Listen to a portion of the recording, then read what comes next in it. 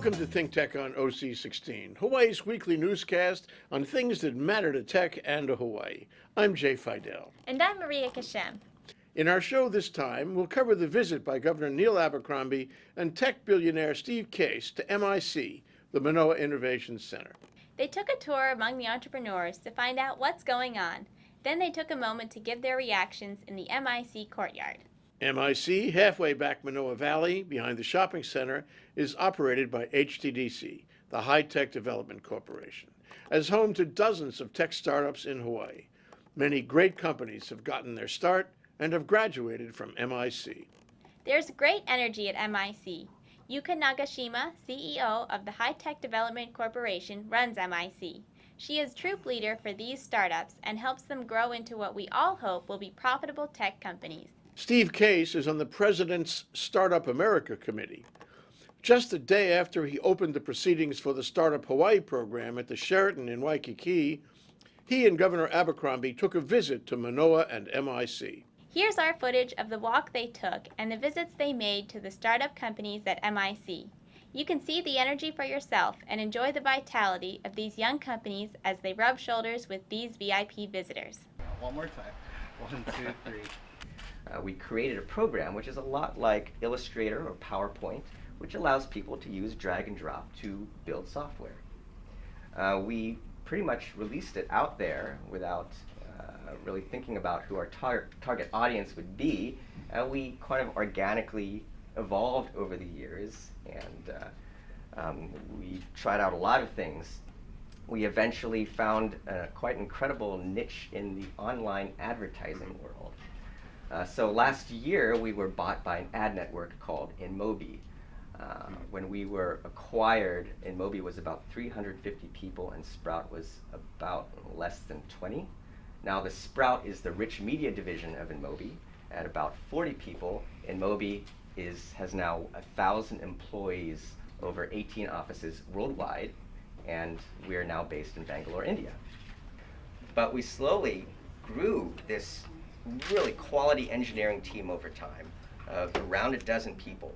There are people in Boston working from their barn in Massachusetts, working from their basement in Calgary, Canada, working in San Francisco. And now, within InMobi, we've brought this practice to that company. So now we've structured our business to doing online collaboration and engineering very tightly. And in fact, in this chat room here, these are all of our creative directors worldwide. What we have are products here and now that we're selling. For example, this algae-based, all Hawaii-sourced algae. This is algae that we're selling to the Big Island to support the hatcheries, because algae is absolutely essential for the life cycle of abalone and so forth. That's the future. We have sold over $500,000 worth of algae seed into the big effort that was on Kauai, very successful, to grow algae biomass for biofuels. They couldn't have done it without our company, which is the seed company, on the Grove Farm property, teaming with Hawaii Bioenergy. We also make other future products, like you can see here. These are cosmetic products with algae extracts in them that can lend both active compounds but also color, for example. None of the lotions we can buy in the store are colored. Why not? Because we haven't gotten a natural color yet for that, but we can do that with our team. These are products of the future that we're working with both local companies and in Japan. In fact, we were just in the Japanese Wall Street Journal, the announcement of us and Nikko Chemical working together. We're very excited to be collaborating with High Tech Development Corporation and the Hawaii Strategic Development Corp to work with the clients here. There are very many startup businesses, several of which we are already working with. Right. And we're just really happy for this opportunity to expand and be closer to the client base. For the last 7 years, we've worked mostly on defense R&D applications. It's fairly obvious that the governor is very familiar with that when he was a member of Congress. We worked on identifying things in acoustic signature, like terrorist swimmers to biological agents, but a lot of work in image processing for drones and for portable remote security systems. 650 films. And so who is our clients? universities, and libraries throughout the world. 24/7, you can see them at the Shanghai Film Festival, you can see them at the Singapore, they have a national library, you can see them at Griffith Film School in Australia, and you can see them at the University of Hawaii. If this was 40 years ago or 50 years ago, to be Dustin Hoffman and his prospective father-in-law saying plastics, Plastics, right. plastics, and now today they'd be saying algae, algae. So it's the intellectual center is what we're trying to establish here in Hawaii, and there's people all over the world then that are tuning into Hawaii as its intellectual base and its intellectual stimulus. For high tech or whether it's just taking existing technology, film, and getting it out to the world. We said we needed to celebrate our nation's entrepreneurs because they really are the major job creators. The last 3 decades, the Kauffman Foundation research says all the net jobs created in the country, 40 million jobs, have been created by these young, high-growth entrepreneurial companies. So we want to get the economy growing faster. We want to get unemployment down. The place to focus is on entrepreneurship. So we're delighted to be now launching the Startup Hawaii effort to try to rally support for entrepreneurs and create more of a what's called in the technology world network effect or network density, getting people working together in a collaborative way. 3 months ago, a bill was passed called the Jobs Act, jumpstarting our business startups, and it done a number of things, but one that I think particularly important in Hawaii is essentially legalizing crowdfunding, allowing you to use the internet to raise money from people anywhere in the world if they like your idea. And the SEC is now putting the rules in place for that will go effective next year. For me, locally, as a representative from Manoa, and I'm sure with Brian too, it's so exciting to have Manoa Innovation here. We have the Magoon Agricultural Station right next door. We have the Astronomy Building, and we have my favorite school, Noilani Elementary in Manoa. We integrate those kids in there. We start them up early. These guys can help with robotics programs, with experimentation. They can get them started on scientific. We've been trying to, what we call, diversify the economy for so long. High-tech, entrepreneurial enterprises are part of that. You know, we can't just always rely on tourism. Tourism is good, it helps us, but we need to diversify it. And over the years, it's become more and more exciting where we are able to do some of these things and be successful. Whenever schools or therapists use us, we actually give parents some free seats. That way they can implement it at home as well, because parents do need the help, and if they're able to implement it at home, it just allows for the student to increase as well. Yeah. Good for you. Yeah, it's great to meet you. Thank you. It's terrific. I'm very impressed. Thank you. Thank you very much. Pleasure. Thank you. After their tour, the governor and Steve Case retired to the MIC courtyard to comment about what they had seen. IT is advancing with every year, and IT in terms of hardware and software, and that's the way we tend to think about it. It tends to get stereotyped in our minds as a kind of a place with computers and as I say, a hardware-software mentality, and we forget that foundation has essentially been established, and now we're at the phase of implementation of the idea. The phrase was used to me this morning already of a zero footprint industry. Here, we're moving to an entirely different stage where the business, if you will, is rippling out from Hawaii. What we have to provide, at least in terms of government support, that is to say social support, with the government as an extension of our social ethic and an economic ethic that is based on the intellectual community. Hawaii can be very, very attractive from that point of view because of the power of the ideas that are emanating from Hawaii. The last 3 decades, 40 million jobs have been created by young, high-growth entrepreneurial companies, and it accounts for all the net job growth in the nation, which is why there's so much focus now in Washington around jobs, and particularly around entrepreneurship, and this Jobs Act that the President signed got done with bipartisan support. It legalized crowdfunding, so it makes it a little easier to access capital using the internet as a platform. It makes it a little easier for companies to go, young companies to go public, what's called the IPO on-ramp. I think those are all important things.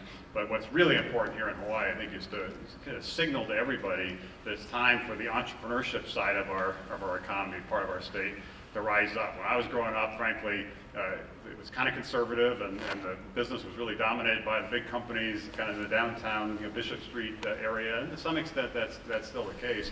But the future of Hawaii really is going to be around what you folks are doing here in Manoa and Kaka'ako and many other places that are emerging as sort of entrepreneurial hubs. That's really where the innovation is going to come from. That's really where the economic growth is going to come from. Technology. How about a big hand for Jay Fidell? If there's anybody who is getting the message out in the vernacular, it's one thing for a politician to say something, or even someone who has the notoriety in terms of credibility that Steve Case does, but on an everyday basis for our community here in Hawaii to know what's going on, technologically speaking, Jay is the interlocutor. Great work, Jay. Then the startups had a chance to comment about their companies and the industry and their expectations going forward. Wireless mesh networking equipment that allows wearable and mobile radio communications to happen for industrial as well as national security applications. And we've been based in Honolulu for over 6 years, and this will be my third company that I started in Honolulu. We're a wireless test equipment manufacturer focusing on 3G and 4G technologies. Basically, we developed a sniffer that correlates what's going on the RF radio link to packets in the digital world. We provide relatively mundane technological products compared to some of the really amazing stuff that happens in the center. Most people don't realize, because we're accustomed to going online and booking an airline or booking a hotel or booking a rent-a-car. We started here 6 years ago, just myself and my wife. Today we have 20 people. We employ 15 people here in Hawaii, right here, and we count as customers Oracle, which licenses software from us, Sony, and several global investment banks. We were a tenant here up until about August of last year. We graduated, we got our diploma. We're now in Bishop Street. We work in the space of wireless spectrum compatibility. Our job is to make sure that this finite asset that we call radio spectrum is best efficiently used by as many people as possible. We are one of the few early stage venture firms that have offices in the mainland and right here at Manoa Innovation Center. Why are we here? We're here because of the 20 tenants that are at MIC. If you think of Hawaii in the same light as California, I would say that Manoa and Kaka'ako would be Silicon Valley. Now we're at the idea stage, the infrastructure, if you will. The software, hardware infrastructure is pretty well established now. There may be some variations on that theme, but now we're at the idea stage.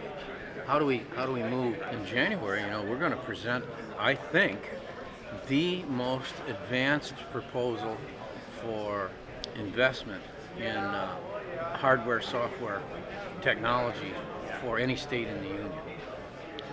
It's going to be a 10-year program. It will make us the most advanced state, and with that, folks like this ought to be in an ideal position to move forward. It was an exciting time to see the group come together with the governor and Steve Case, rich in the expectancy of great things to come.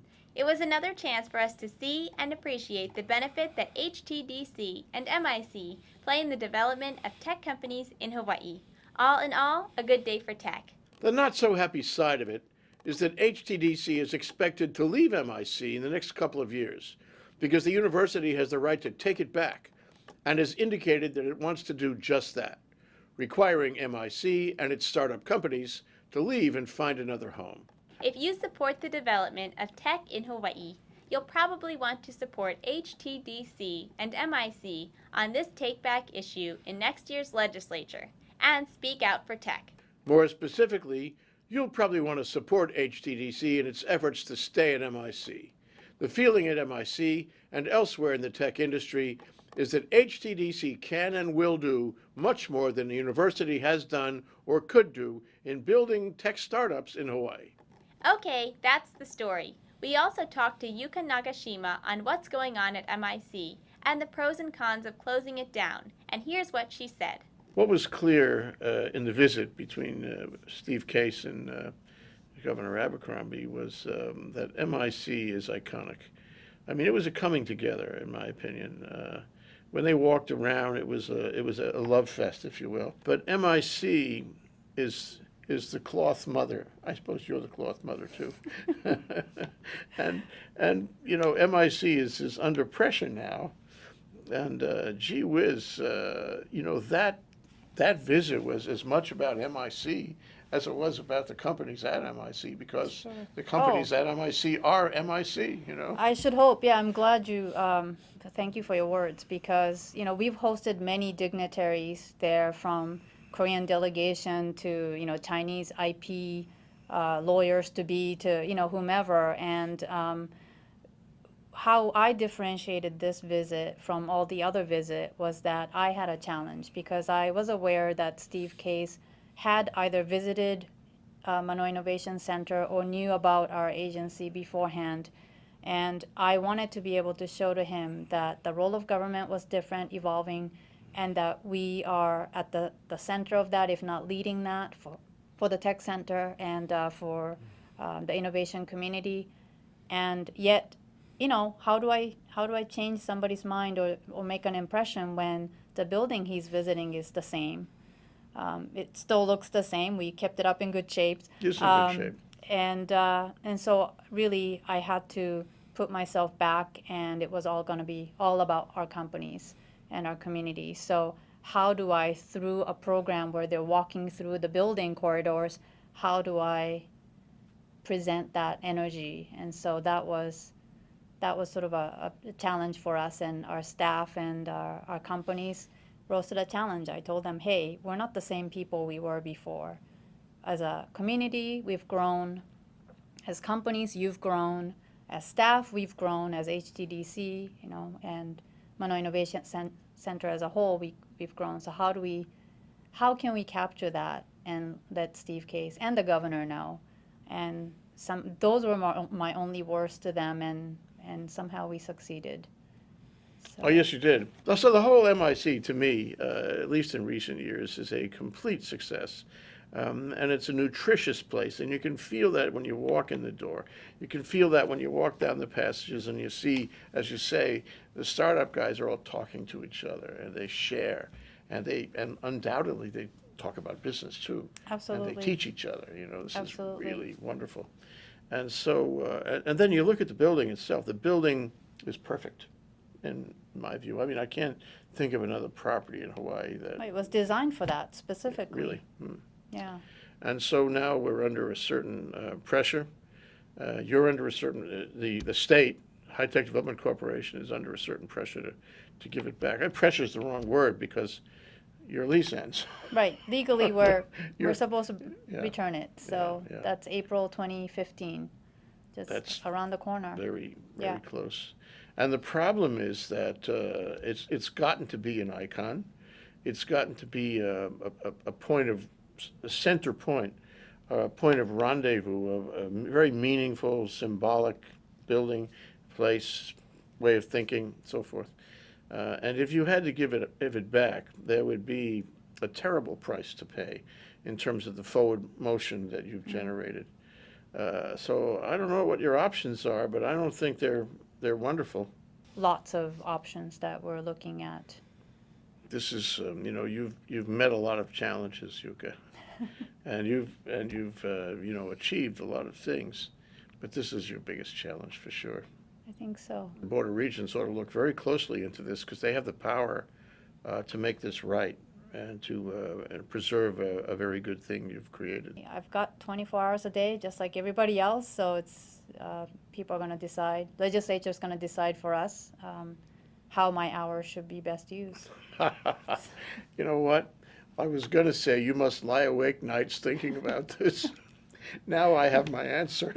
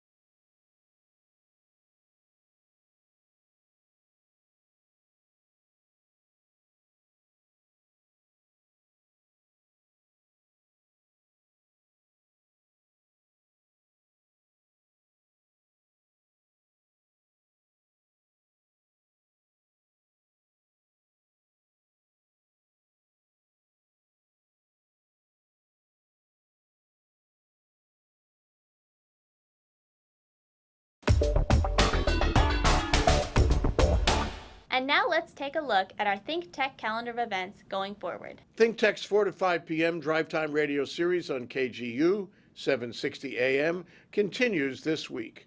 Tune in to 760 AM Wednesdays for Tech with me, Jay Fidell, Thursdays for Asia in Review with David Day, and Find Out Fridays with Kayla Rosenfeld. Raise your awareness on ThinkTech Radio. On September 25th, the Hawaii Venture Capital Association, ThinkTech, Hawaii Business Magazine, and the Hawaii Energy Policy Forum will present a luncheon program about what's coming next in the development of renewable energy in Hawaii, featuring a number of panelists familiar with the clean energy resources that are still on their way to commercial feasibility. Sign up for these programs on hvca.org. And now, here's Bill Spencer, president of the Hawaii Venture Capital Association, just back from the East Coast with this week's Spensation. Bill, I have to say that although we really didn't intend it that way, we had a very, very exciting program about the Jones Act. People don't know much about it. Our attempt was to educate them, but what we found was that there was passion there. and Extreme polarity. Yes. I mean, we always have panels with different points of view, and that's something that we like to do. But this one was, the polarity was palpable. You could feel it in the air. Yeah. And it was quite interesting. I had a lot of people that came up to me laughing and patting me on the back. This was the best panel ever. Yeah, really. I had the same experience. Yeah. So, I mean, we can learn from that. We can learn that, even though people don't know about a particularly sophisticated issue, if you have passion and polarity, they want to know more about it. They want to figure out which side to take. They want to hear what all the fuss is about. And that certainly played out last week. But I think one of the big things that came out of this really affects our energy future. Yes. And that's the topic of our next program in September. Yes. A clear problem with the Jones Act is the prospect of being able to bring in liquid natural gas from Alaska or other sources in the United States so that we stop spending $9 billion a year on foreign oil.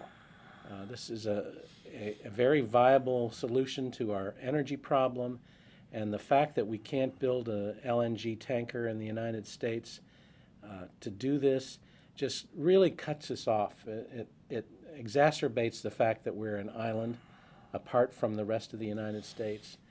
But it really is a serious problem when it comes to energy, and I think that's why in our next meeting we're going to talk about what you call the energy also-rans. Yeah. Well, there are a lot of very promising renewable sources that are out there that we've talked about, that everybody's talked about for four years, going on 5 since the Energy Initiative was... since the 80s with well, OTEC. yeah, longer. And which are still not doing anything, not commercially viable, not really in the marketplace. One of them, of course, is LNG, which is not yet in the marketplace, which could be a valuable addition to the portfolio. Another of them is OTEC, which is very promising. And in fact, there are discussions going on right now about OTEC, becoming a source for Hawaiian Electric. There's wave energy. Cynthia Thielen in the state legislature has been actively promoting wave energy for a long time, but there isn't a single wave energy facility here in Hawaii. Let's see, what else was there? Oh, there's algae, which we had a lot of research going on, a lot of discussion over it, but we don't have any algae actually creating energy or creating biofuel for energy right now. And there are others. Just to say that we have sort of settled down on wind and solar. We have geothermal working. It's actually working. But not as extensive as it could be. No, it could be 100 megawatts easy, but for various, what do you want to call it, political or cultural or political correctness reasons, it's not. I think we need to go further than just wind and solar and the customary arrangements. Well, I think this also reflects, a national policy attitude that says as long as we can get our hands on a cheap energy, we're not going to invest the R&D dollars that are necessary to perfect these alternatives. You put your finger right on it, Bill. And energy policy is really the most important thing on the plate right now. And we have got to make our priority. We have got to discuss it. We've got to settle down on it. We've got to take action on whatever priorities we find are appropriate. And part of that, at least for natural gas, is the Jones Act. So all these things, they're all connected, Bill. All these policies. And our programs, to me, are useful because they recognize the common denominators and the connections that are important to our society in Hawaii. That's why we do what we do. Yeah, Bill. All Thanks. We'll be right back to wrap up this week's edition of ThinkTech. But first, we want to thank our underwriters. Thanks to the Scheidler Family Foundation, which supports a number of educational, cultural, and charitable organizations, including ThinkTech. Hawaiian Electric Company and its affiliates Miko and Maui and Helco in the Big Island are deeply committed to the communities they serve. Galen Ho is the Senior Executive of BAE Systems, a global defense, security, and aerospace company, and CEO of CBI Polymers, a tech company in Hawaii. The High Tech Development Corporation, HTDC, the state's leading technology agency, attached to the Department of Business, Economic Development, and Tourism. Castle and Cook Hawaii, with a time-honored legacy that spans more than 160 years and revolves around its mission of investing in Hawaii, creating communities, and providing for the needs of our state. Okay, Maria, that wraps up this week's edition of ThinkTech. Remember, you can watch ThinkTech on OC16 several times every week. Can't get enough of it, just like Maria does. For additional times, check out oc16.tv. You bet, Jay. For lots more ThinkTech videos and for underwriting and sponsorship opportunities on ThinkTech on OC16, visit thinktechhawaii.com, be a sponsor or a volunteer, and help us reach Hawaii. I'm Jay Fidell. Thanks so much for joining us on ThinkTech. You can watch this show throughout the week and tune in next Sunday evening for our next important weekly episode. Aloha, everyone. I'm Maria Kashem. Aloha, everyone.